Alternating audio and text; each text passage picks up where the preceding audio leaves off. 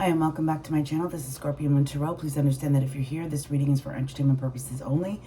If you're here for a reason. Please let the messages resonate as they may. What does not resonate, please discard. And if you're taking anything too personally or something's triggering you, please feel free to shut off the video and go somewhere else, okay? Nobody's forcing you to be here. You're here of your own free will. Like it's your choice that you're here. So if you don't like my reading, that's on you. It's got nothing to do with me. I'm sitting in my bedroom on a Saturday night reading energy because I'm an energy reader, not necessarily a tarot card reader. And as I'm doing this, I'm rubbing my legs. And I usually do that when I'm like upset or stressed out or I don't know what to do. Like I'm angry and I'm frustrated, but I'm not feeling any of those things. Okay, so I'm just going to tell you a little bit about my day and then I'm going to get into the reading and why I'm here tonight.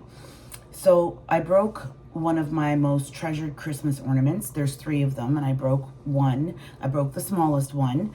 And I should have been very upset. But I didn't. I just cleaned up the mess and went on with my day. I didn't let it affect me. I didn't let it bother me. I didn't let it ruin it. I didn't, cry about it. It is what it is. It happened. What am I going to do about it? Like, it was a very empowering moment for me. And people will say, well, you're cold. No, I'm not cold. Things come and go. People come and go in our lives. Right? Things stay in our lives for as long as they need to stay. And then it's time for them to go. Understand? So, again, this reading is for entertainment purposes only. So, I'm going to say that again. Because this reading, it's not really this reading that's going to, be the one that's... I can't even talk tonight. Like, I feel so like Dowdy McDowderson. You know what I mean? And I know I'm not. I know this energy is not mine. So if you're here and you're here for the wrong reasons, that's on you. That's all on you. Okay? It's not this reading. I just wanted to let you know about my day. Oh, and then I just knocked something over as I was setting up the reading, and I knocked something over and I'm like, oh, okay, I'm going to do that. I did everything that I know I needed to do today, and it felt good. Even if it was bad, I didn't let it bother me. I just kept going on with my day. I didn't stop myself. I didn't worry about it. I didn't care so much because it is what it is. It is what it is. And, learning to enjoy the moments when you have them, and when you don't have them anymore, it is what it is. This is where you're supposed to be. If you're here watching me right now, this is where you're supposed to be. So try and find some time tonight, because it's not, like I said, it's not so much this reading that I'm excited about. It's my next reading, because in my next reading, I'm going to tell you a story. Okay? Tonight's a 9-card story, and it's a story about love. And it's the first time I'm doing something like that, and I'm doubting myself that I don't know if it's gonna, be okay. But then again, I'm talking to myself in my bedroom. I don't have to post this video. I'm actually debating if I even want to, because it sounds so like, we're human.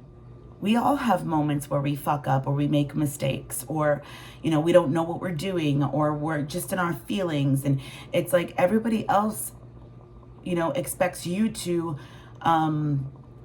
accept their mistakes and their this and their that, but they're not willing to accept yours. It's time to elevate.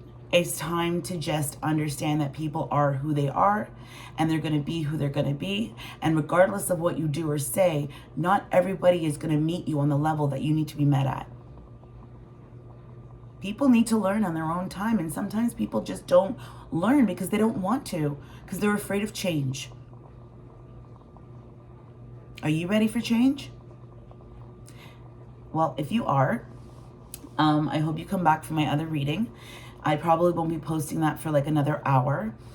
My kids are doing something that I really wanted to do tonight, and I didn't get to do it because I had other responsibilities. As their mother, I had other responsibilities that I needed to take care of so that they could enjoy their night tonight. I've gone to the movies 1,000 times. I've seen movies, that I really, really wanted to see when they came out. My kids have not had as many chances to do that as me. And somebody needed to look after the kitty cats tonight because we have a boy and a girl and their brother and sister, and we have an appointment for the boy to go get, himself fixed, which isn't for 3 weeks, and he's already showing signs of wanting to do other things with his sister, which I will not have. So it's not even just about the kittens, it's just about the whole brother and sister thing that just turns me the fuck right off. So I'm like, nope, you guys go and enjoy the movies. I'm going to stay at home. I'm going to enjoy the few hours that I have to myself, doing what I want, when I want, and how I want. So on that note, I hope you come back in a little while, and it's going to be titled, It's Story Time. And I'm hoping to really start doing readings based on that, because I used to love reading. I loved reading to children. I loved, seeing their little faces when I would get to certain parts, like, oh my God, I can't even think. I can see it. I can see it in my mind. The wild things, where the wild things are, that's what it is. And my kids used to love that book. And it was how I would, bring it to them, and it would be with passion, and I would make, monster noises, or if I was reading them something that was loving, like the Robert Munsch book, I'll Love You Forever. That was another one of their favorites. It didn't matter which book. They had their favorites though, and I had mine, and they were pretty much the same, right? Because I couldn't read a book that didn't have passion behind it. Like, I couldn't read a story that I couldn't feel. You know what I mean? I needed to feel the book. And my daughter ended up loving reading. My son, not so much. But at the same age, when both kids were the same age, very different things were happening in my life, right? So, where my daughter had a stable 5 years of 2 parents, my son did not get that. So, and my son, unfortunately, did not have a good male role model in his life. And that's from my opinion. Other people might see things differently.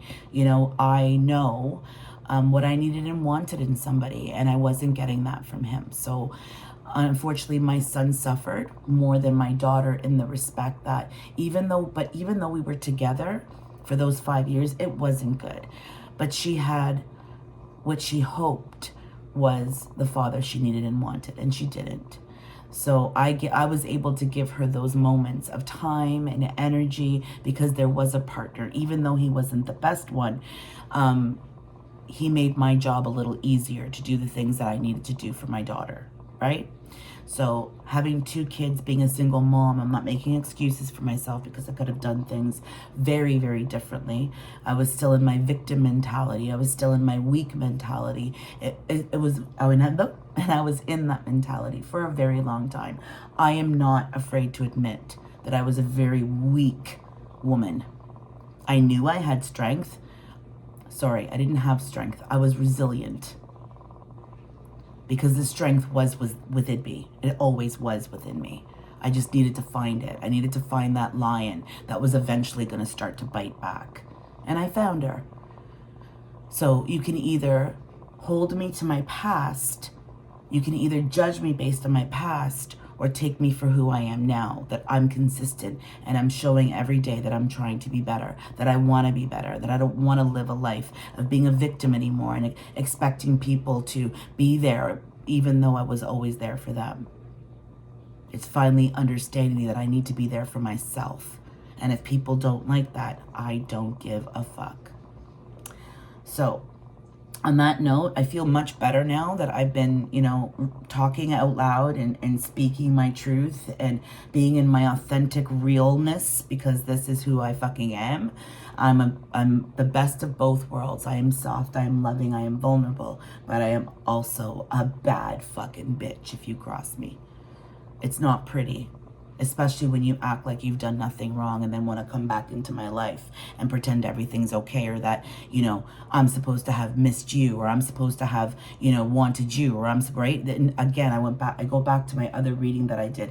Your title does not give you the entitlement to be a dick or an asshole or a bitch. You're allowed to be all those things for the fucking right reasons, not the wrong ones. I hope you guys come back for story time. See you later. Ciao for now.